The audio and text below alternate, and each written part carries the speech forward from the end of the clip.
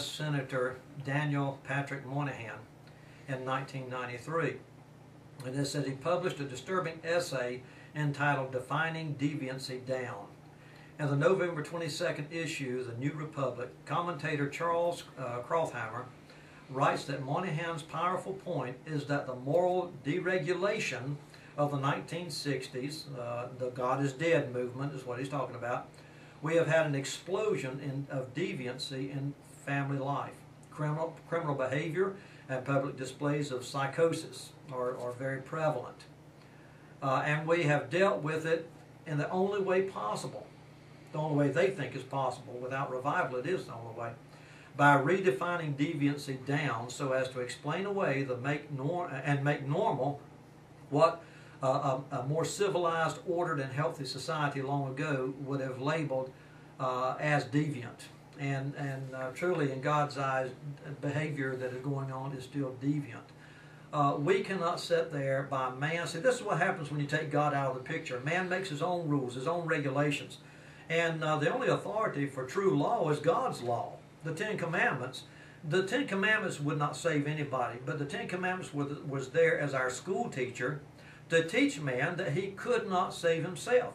If you look at that list of commandments, you'll find out that you cannot keep all those commandments. It's impossible. And so it teaches us that we need something more. And that more that we needed is someone who could pay the penalty for the price of sin. The penalty of sin was death. It was established by God when he created Adam and Eve. And when they broke that law, he had to come up and with a solution which he already had when he killed an animal and clothed their nakedness, which is symbolic of sin, with the skin of an animal. That was a blood sacrifice. He had to kill that animal to take its skin and cover Adam and Eve.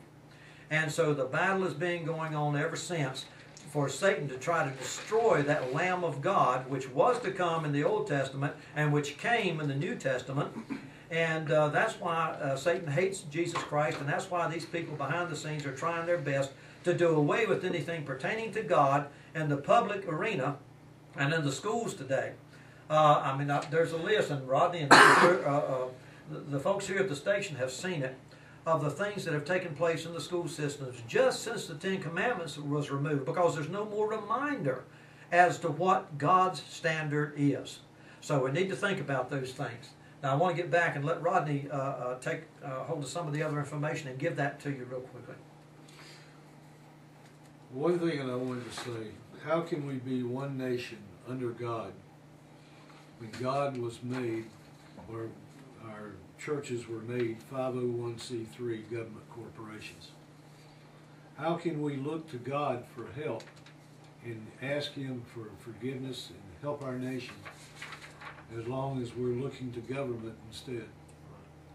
One of the things that I want to say to you folks right now, all this changed in 1933. In 1933, when Roosevelt put us under the war powers, everything started disintegrating in our country. We're not looking right now.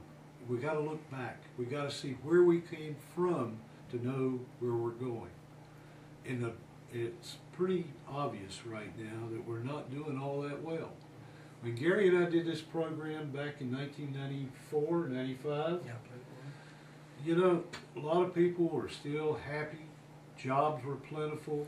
Absolutely. Everything was just, you know, going well. And as long as you feel warm and fuzzy, you know what, folks? You don't really look to solve any problems. Now it's time to fall on your knees. Now it's time to look to God and not to man. That's right. Where we made the mistake in 1933. We looked to man. We need to look to God for help. And we need to, number one, go back to the basics. Remember what I read to you a few moments ago from what Roosevelt said in 1952? Back now, we must turn back and pick up the path in which Christ started us out. And at that point where we left it, folks, it's up to you. It's up to you whether we restore the Constitution. You know the truth. And right now, you're as guilty as we are if you don't do something about it. You've got to start talking about it. You know, your politicians aren't going to talk about it. Why? Let's go back to what we talked about originally. You know, our state was the last one to join the Union. Why? Because of the politicians and the presidents of all their supposed powers of royalty had total control. If we don't put the control back to the people, we're lost. And if we don't look to God for the strength and the help to do it, we're doomed. Can I interject something right here real quick? Yes, from the sir. Bible?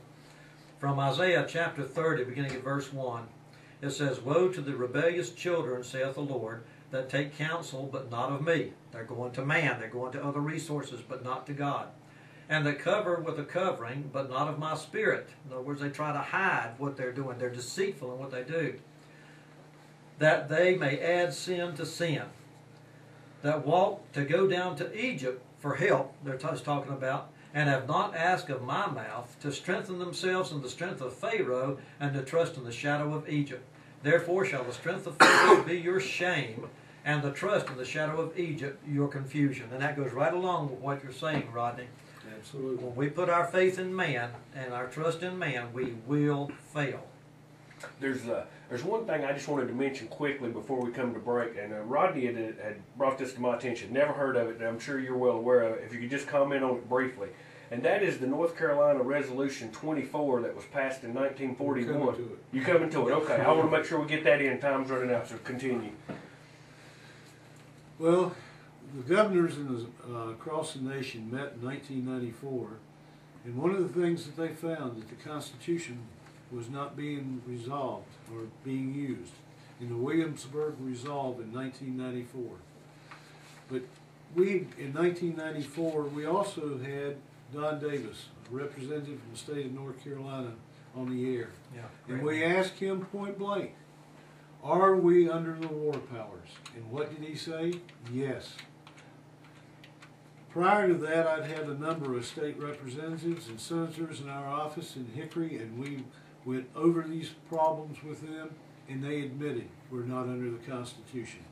I want to throw one thing at you, and think about this, folks.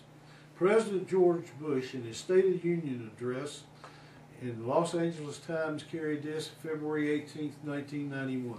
It's a big idea, a new world order, where diverse nations are drawn together in a common cause. Only the United States has both the moral standings and the means to back it up. Again, I ask you, did you vote for a new world order? Did you vote to put us under the UN? Well, somebody did it without our own understanding, didn't they? Yes, Farron, there was a resolution passed, and I have this. And it's found, too, in lawyers that are out there. I want you to go back and find volume 26 of February 1948, number 2. This is found in your North Carolina Law Review. And I'm going to read something to you. The first convention of the New World Government Advocates was held in Asheville, North Carolina, February 22nd, 1947, a result of a merger of 5 organizations into the United World Federalist, a nationwide membership organization wholly supported by the dues and contributions. The first International Convention of the World Government Advocates was held in Montreux, Switzerland, August 1947. All these documents are there, and I'm going to come back to this in just a moment. Have I got time, Farron, to go? Go ahead till I wait. Okay. And then let me read this to you. The members of the 1941 General Assembly of North Carolina may have seen it. On March 13, 1941, they adopted a resolution prepared by Robert Lee Humber of Greenville and endorsed by Governor Broughton, by which they registered their profound belief in irrevocable conviction that governments are essential to the existence of communities and the absence of government is anarchy. And this went on, and folks, in H.R. 24, we'll talk about it when we come back. We're coming up on the break. We'll be back with our last segment with Pastor Gary Frye and Mr. Rodney Miller. You're listening to The Real News with Farron and Brian. Real honor to have Pastor Gary Frye, a true patriot, Mr. Rodney Miller, a true patriot fighting for liberty and